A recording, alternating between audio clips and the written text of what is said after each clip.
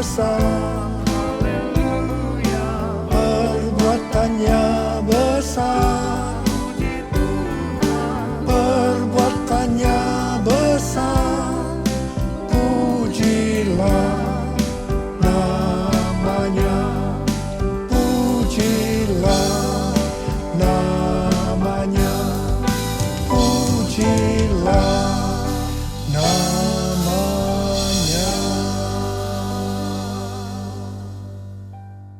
Shalom semuanya. Tanggal 4 September 2025, gereja kita GBI Jalan Jenderal Gatot Subroto berumur 37 tahun.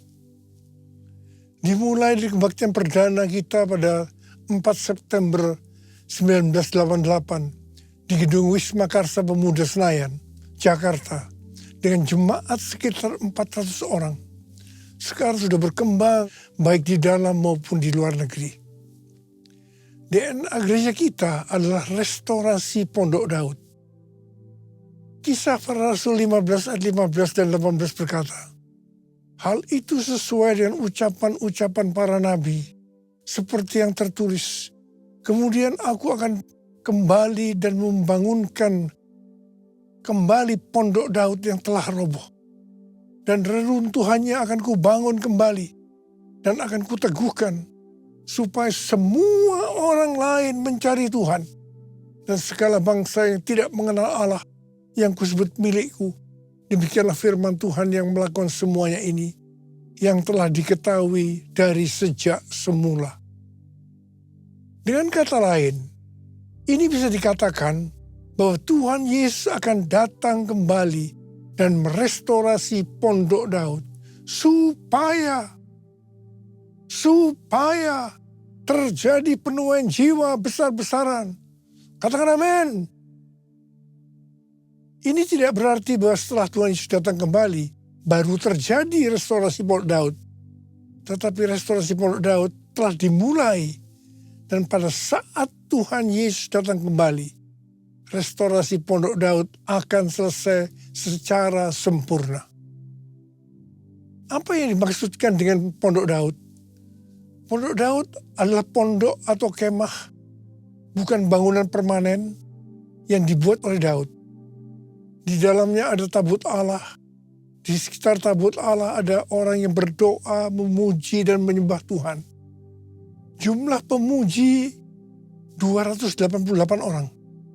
Dan tiap-tiap regu yang bertugas sebanyak 12 orang.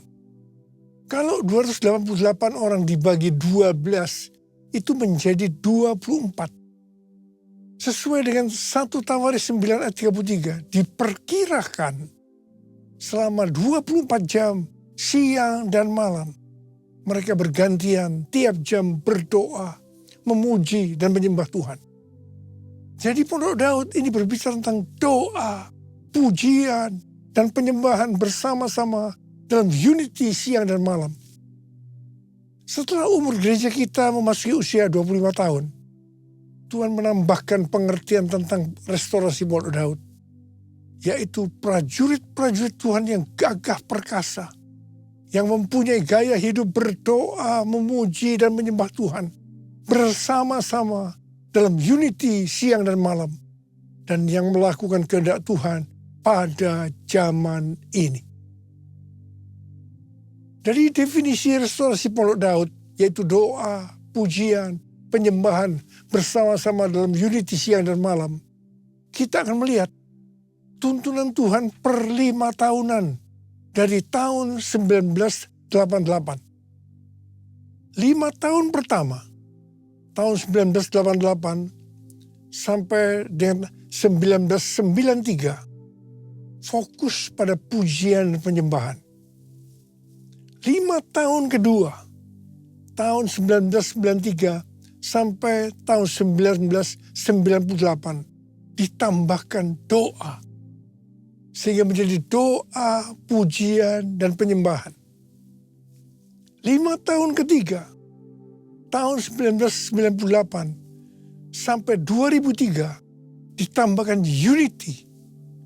Sehingga menjadi doa, pujian, dan penyembahan dalam unity. 5 tahun keempat, tahun 2003 sampai 2008, pemantapan doa, pujian, dan penyembahan dalam Unity.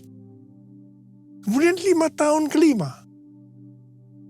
tahun 2008 sampai tahun 2013, ditambahkan siang dan malam, sehingga menjadi doa, pujian, dan penyembahan bersama-sama dalam Unity siang dan malam. Itu berarti keintiman dengan Tuhan. 5 tahun ke-6, tahun 2013 sampai dengan 2018, Pentakosta ketiga. Kemudian tahun ke-7, 2018 sampai dengan 2023, Messenger of the Third Pentecost. Restorasi Pondok Daud akan mengakibatkan penuaian jiwa yang terbesar dan yang terakhir sebelum Tuhan Yesus datang kembali. Pada waktu murid-murid Tuhan Yesus menantikan pencurahan Roh Kudus Pentakosta yang pertama, mereka bertekun dengan sehati dalam doa bersama-sama. Ini bisa diartikan mereka berdoa, memuji, dan menyembah Tuhan dalam Unity siang dan malam. Ini prinsip restorasi Pondok Daud. Ini prinsip menara doa. Setelah Roh Kudus Pentakosta pertama turun, maka mereka dipakai untuk menyelesaikan amanat agung. Sejak 37 tahun yang lalu, gereja kita DNA-nya adalah restorasi Pondok Daud. Kita tidak pernah mengira ini untuk mempersiapkan pencurahan Roh Kudus Pentakosta yang ketiga. Sekarang Pentakosta yang ketiga sudah turun. Kita merasakan bahwa pencurahan Roh Kudus Pentakosta ketiga yang lebih dahsyat. Tuhan mau agar kita makin bertekun dalam doa, pujian, dan penyembahan bersama-sama dalam Unity siang dan malam. Penuaian jiwa yang terbesar dan terakhir sudah dimulai. Harvest now, Jesus for everyone. Harvest now, Jesus for everyone. Harvest now, Jesus for everyone. Api Roh Kudus Pentakosta ketiga juga sedang membakar segala kotoran. Hal-hal yang tidak berkenan di hati Tuhan sedang dibersihkan. Hal ini sesuai dengan Maliaki 3 ayat 1 sampai 4 yang berkata, "Lihat, aku menyuruh utusanku agar ia mempersiapkan jalan di hadapanku. Tiba-tiba Tuhan yang kamu cari akan datang ke bait-Nya. Utusan perjanjian yang kamu inginkan itu, sesungguhnya ia datang. Firman Tuhan semesta alam. Siapakah yang dapat tahan akan hari kedatangannya? Siapa yang dapat tetap berdiri ketika ia menampakkan diri? Sebab ia seperti api pemurni logam dan seperti sabun penatu. Ia akan duduk seperti orang yang memurnikan dan menahirkan perak. Ia menahirkan orang Lewi, menyucikan mereka seperti emas dan perak, supaya mereka menjadi orang-orang yang mempersembahkan kurban kepada Tuhan dalam kebenaran. Maka persembahan Yehuda dan Yerusalem akan menyenangkan hati Tuhan, seperti pada hari-hari dahulu kala dan seperti tahun-tahun purbakala. Pembersihan itu akan membuat kita menjadi orang-orang yang mempersembahkan kurban kepada Tuhan dalam kebenaran. Persembahan kita akan menyenangkan hati Tuhan. Hidup kita harus kudus. Api Tuhan sedang turun untuk membuat hidup kita jadi kudus. Api Pentakosta menyala. Api Pentakosta menyala. Api, api, api, api, api. Api Pentakosta ketiga.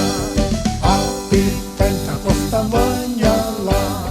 Api Pentakosta menyala. Api Pentakosta ketiga.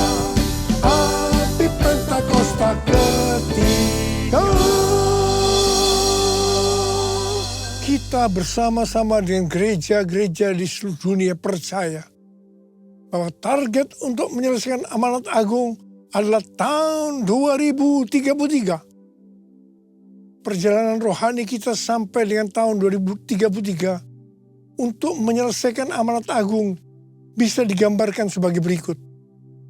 Yang pertama, perjalanan bangsa Israel di padang gurun di bawah pimpinan Musa yang dipimpin tiang awan dan tiang api. Bilangan 9 ayat 18 sampai dengan 23 berkata, atas titah Tuhan orang Israel berangkat dan atas titah Tuhan juga mereka berkemah. Selama awan itu diam di atas kemah suci, mereka tetap berkemah. Ketika awan itu lama tinggal di atas kemah suci, orang Israel memelihara kewajibannya kepada Tuhan. Dan mereka tidak berangkat. Ada kalanya hanya beberapa hari awan itu di atas kemah suci. Atas titah Tuhan mereka berkemah dan atas titah Tuhan juga mereka berangkat. Ada kalanya awan itu diam hanya dari petang sampai pagi. Ketika awan itu naik pada waktu pagi, mereka pun berangkat. Baik pada waktu siang maupun waktu malam. Ketika awan itu naik, mereka pun berangkat. Berapa lama pun juga awan itu diam di atas kemah suci, baik 2 hari, sebulan atau lebih lama, orang Israel tetap berkemah dan tidak berangkat. Tetapi ketika awan itu naik, barulah mereka berangkat. Atas titah Tuhan mereka berkemah dan atas titah Tuhan juga mereka berangkat. Mereka memelihara kewajibannya kepada Tuhan menurut titah Tuhan dengan perantaraan Musa. Seperti perjalanan bangsa Israel memasuki tanah Kanaan atau tanah perjanjian di bawah pimpinan Yosua. Yosua 3 ayat 4 berkata bahwa perjalanan ini akan melalui jalan yang belum pernah dilalui sebelumnya. Perjalanan ini akan dipimpin oleh tabut Allah. Supaya tahu tuntunan tabut Allah, maka harus ada jarak sekitar 2000 hasta, sekitar 914 meter. Perjalanan kita untuk menyelesaikan amanat agung dan memasuki tahun 2033 akan melalui jalan yang belum pernah kita lalui sebelumnya. Karena itu perjalanan ini akan dipimpin oleh Roh Kudus. Supaya kita tahu pimpinan Roh Kudus, maka kita harus banyak berdoa, memuji dan menyembah Tuhan dalam unity siang dan malam. Hidup kita harus kudus. Tanpa kekudusan kita tidak akan melihat Tuhan. Tanpa kekudusan kita tidak akan mengerti tuntunan Roh Kudus. Yang percaya katakan amin. Yang ketiga, Tuhan memberikan tuntunan kepada kita seperti yang ditulis dalam Yesaya 43 ayat 18 sampai dengan 21. Janganlah mengingat-ingat hal-hal yang dahulu. Janganlah memperhatikan hal-hal yang dari zaman purbakala. Lihat, aku hendak membuat sesuatu yang baru, yang sekarang sudah tumbuh. Belumkah kamu mengetahuinya? Ya, aku hendak membuat jalan di padang gurun, dan sungai-sungai di padang belantara. Binatang liar akan memuliakan aku. Serigala dan burung unta. Sebab aku membuat air memancar di padang gurun dan sungai-sungai di padang belantara. Untuk memberi minum umat pilihanku. Umat yang kubentuk bagiku akan memberitakan kemasyhuranku. Di sini Tuhan memberikan kepada kita pengertian sebagai berikut. Cara-cara yang dipakai sekarang menuju tahun 2033 tidak sama dengan yang dipakai di zaman dulu. Sebenarnya Tuhan sudah menunjukkan kepada kita caranya. Hanya kita belum mengerti sepenuhnya. Membuat jalan di padang gurun dan sungai di padang belantara pada zaman itu merupakan sesuatu yang mustahil dapat dilakukan. Mungkin kita menganggap cara-cara yang dipakai sekarang ini tidak mungkin dilakukan. Tetapi bagi Tuhan tidak ada yang mustahil. Yang percaya katakan amin. Tuhan akan membuat air memancar di padang gurun dan di padang belantara. Jadi di tengah-tengah kegelapan yang menutupi bumi dan kekelaman, menutupi bangsa-bangsa. Justru Tuhan akan mencurahkan Roh Kudus-Nya yang akan memenuhi umat pilihannya. Ini akan membuat kita semua bersuka cita dan umat Tuhan akan memberitakan kemasyhuran Tuhan. Umat pilihannya akan menyelesaikan amanat agung. Haleluya! Untuk menyelesaikan amanat agung sampai dengan tahun 2033, kita harus fokus kepada 3 hal.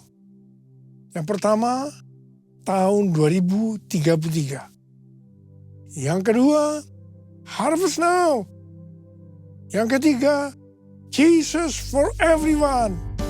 Katakan amin. Jesus for everyone. Jesus for everyone. Jesus for everyone. Jesus for everyone. Jesus for everyone. Jesus for everyone. Jesus for everyone. Jesus for everyone. Ada seorang hamba Tuhan yang bernama Sitrot. Beliau adalah seorang penginjil televisi dan penulis buku.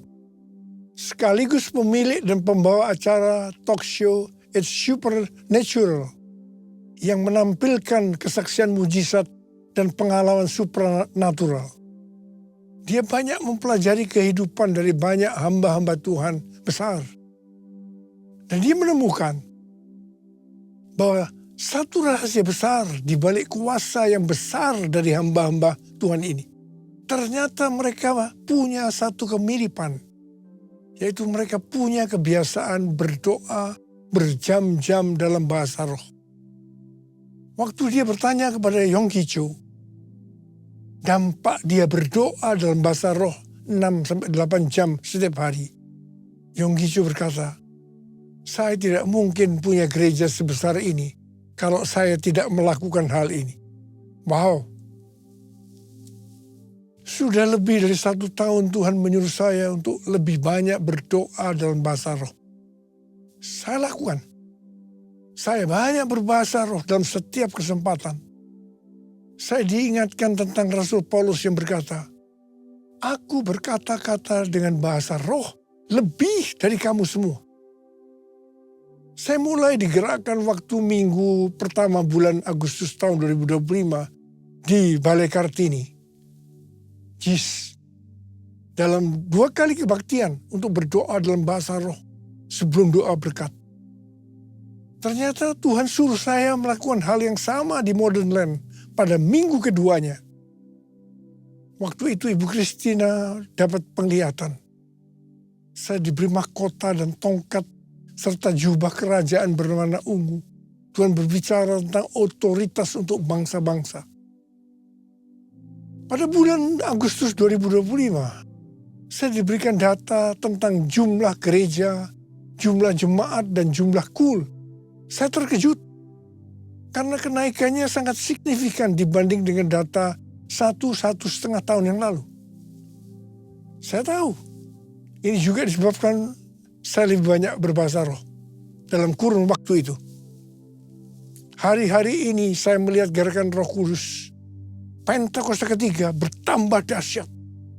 Saya juga melihat lebih banyak orang-orang termasuk para pemimpin yang berapi-api, on fire. Saya menggarisbawahi tentang perintah Tuhan untuk lebih banyak berbahasa roh kepada kita semua. Kalau kita mau melihat mujizat yang dahsyat, lakukanlah itu. Yang mau katakan amin. Curahkanlah kuasa-Mu Tuhan, mujizat terjadi di tempat ini. Curahkanlah kuasa-Mu Tuhan, mujizat terjadi sekarang ini. Mujizat terjadi sekarang ini. Mujizat terjadi sekarang ini. Tuntunan Tuhan kepada kita untuk Jesus for Everyone tahun 2033 dimulai di Amsterdam tahun 2023 dengan tema Everyone. Kemudian tahun 2024 di SICC Indonesia, yaitu Everyone Asia dengan tema Reaching Every Person on Earth. Yang ketiga, melalui Planet Shakers Melbourne yang datang ke SICC tahun 2025. Kedatangan Planet Shakers bersama gembalanya, Pendeta Russell Evans dan istrinya Samantha, bukan kita yang mengundang, tetapi mereka mendapatkannya pada waktu acara Everyone Asia, bahwa mereka disuruh Tuhan datang di SICC untuk membawa api dan mengambil api.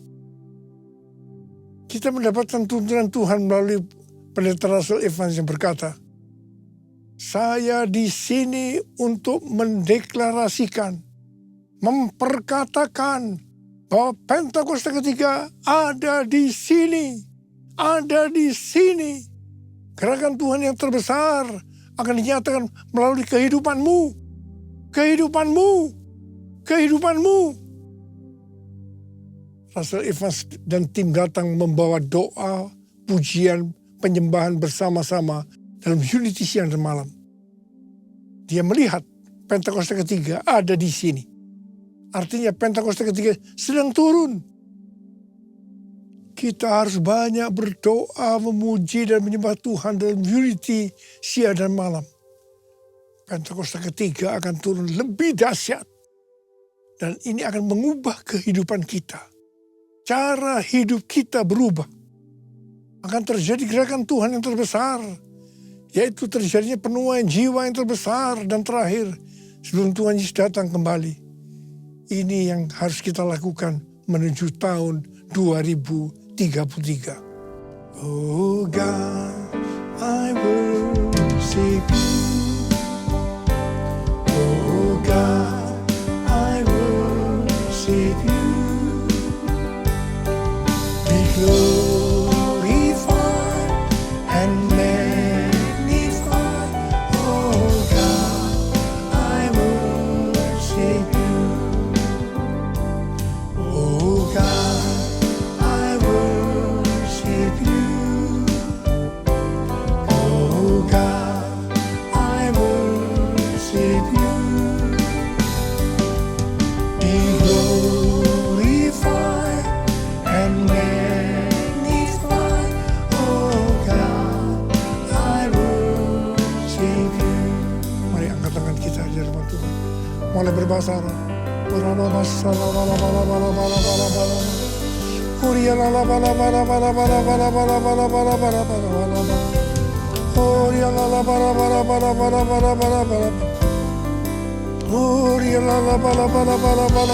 Terus berbahasa roh. Berbahasa roh.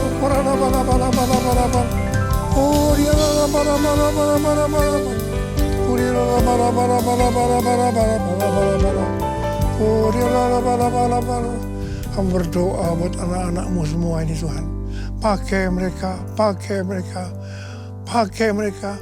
Cara hidup kami akan berubah ya Tuhan. Kami akan banyak memuji, menyembah Tuhan. Berdoa, memuji, menyembah.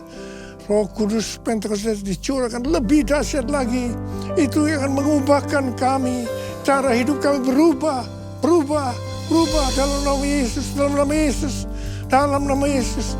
Oh Yesus, terima kasih. Ora la bala bala bala bala. Oria la la bala bala bala bala bala bala. Oria la bala bala bala bala bala bala bala. Ora la bala bala bala bala bala bala bala bala bala. Jesus, Jesus, Jesus, Jesus, Jesus. Amin.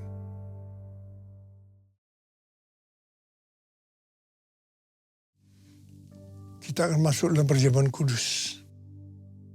Kita akan mengingat ayat ini. Sebab setiap kali kamu makan roti ini dan minum cawan ini, kamu memberitakan kematian Tuhan sampai Ia datang. Perjamuan kudus adalah perjamuan Tuhan Yesus sendiri. Setiap kali kita masuk dalam perjamuan kudus, Tuhan Yesus selalu berkata, biarlah ini menjadi peringatan akan aku. Karena itu, mari arahkan hati kita kepada kebaikan Tuhan. Supaya kita lebih mengasihi Tuhan Yesus. Kita lebih mengasihi satu dengan yang lain. Bapa, siapakah kami sebelum kami mengenal Engkau? Kami semua orang berdosa. Upah dosa adalah maut, mati. Tapi Engkau yang tidak berdosa telah dijadikan dosa oleh karena kami. Engkau harus turun dari sorga mulia. Mati ganti kami dengan penderitaan yang luar biasa. Sungguh kalau kami pikirkan betapa baiknya Engkau ya Aba. Engkau jadikan kami sebagai anak-anak-Mu. Engkau tuntun, Engkau bela, Engkau lindungi. Engkau berkati, Engkau hajar juga kalau kami salah. Itu Engkau ya Aba. Kita akan diberkati Tuhan melalui perjamuan kudus. Tapi Tuhan mau kita makan dan minum dengan cara yang benar. Karena itu masing-masing sekarang berdoa. Lihat keadaan dirimu masing-masing. Jangan menyimpan dosa. Kalau ada dosa yang Tuhan ingatkan, harus kita selesaikan. Langsung minta ampun. Ampuni, ampuni, ampuni saya Tuhan. Ampuni, ampuni. Ampuni Tuhan anak-anak-Mu. Ampuni mereka, ampuni. Layakkan kami untuk masuk dalam perjamuan kudus. Kami akan masuk dalam perjamuan kudus dengan hati yang penuh ucapan syukur. Dalam nama Yesus kami berdoa. Amin. Mari angkat roti di tangan kanan kita tinggi-tinggi. Sebab apa yang telah kuteruskan kepadamu telah aku terima dari Tuhan. Yaitu bahwa Tuhan Yesus pada malam waktu Ia diserahkan mengambil roti. Dan sesudah itu Ia mengucap syukur atasnya. Dia memecah-mecahkannya dan berkata, inilah tubuhku yang diserahkan bagi kamu. Perbuatlah ini menjadi peringatan akan aku. Saudara dikasihi Tuhan, bukankah roti yang kita pecah-pecahkan ini adalah persekutuan kita dengan tubuh Kristus? Mari kita makan dalam nama Yesus.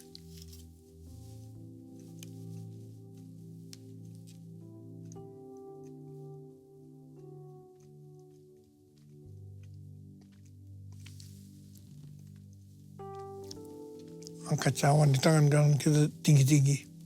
Demikian juga Ia mengambil cawan sesudah makan lalu berkata, cawan ini adalah perjanjian baru yang diberitakan oleh darahku. Perbuatlah ini setiap kali kamu meminumnya menjadi peringatan akan aku. Sudah dikasih Tuhan, bukankah cawan pengucapan syukur yang atasnya kita ucapkan syukur adalah persekutuan kita dengan darah Yesus. Mari kita minum dalam nama Yesus.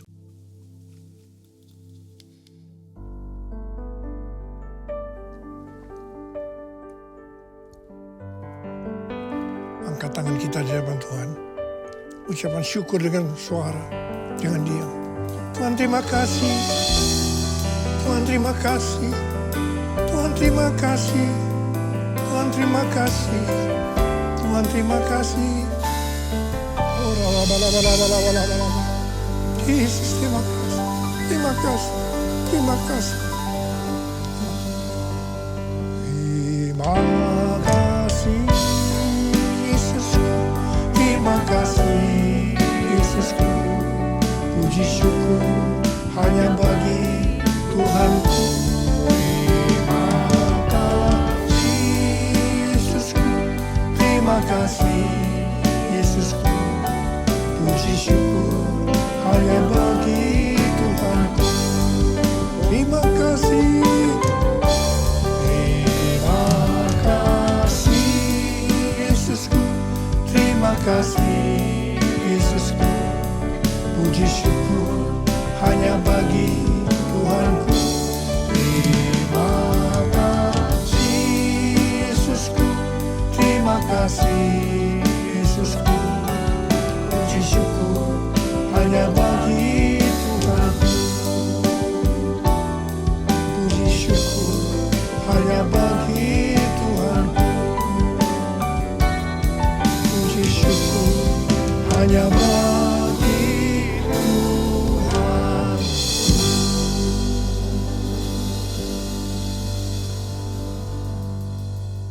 Sekarang terimalah berkat Tuhan. Kasih karunia berlimpah-limpah daripada Allah Bapa di dalam anak yang tunggal Yesus Kristus. Persekutuan yang manis dengan Roh Kudus menyertai kita semua mulai hari ini. Sampai Tuhan Yesus datang menjemput kita di awan-awan. Dan bahkan sampai selama-lamanya.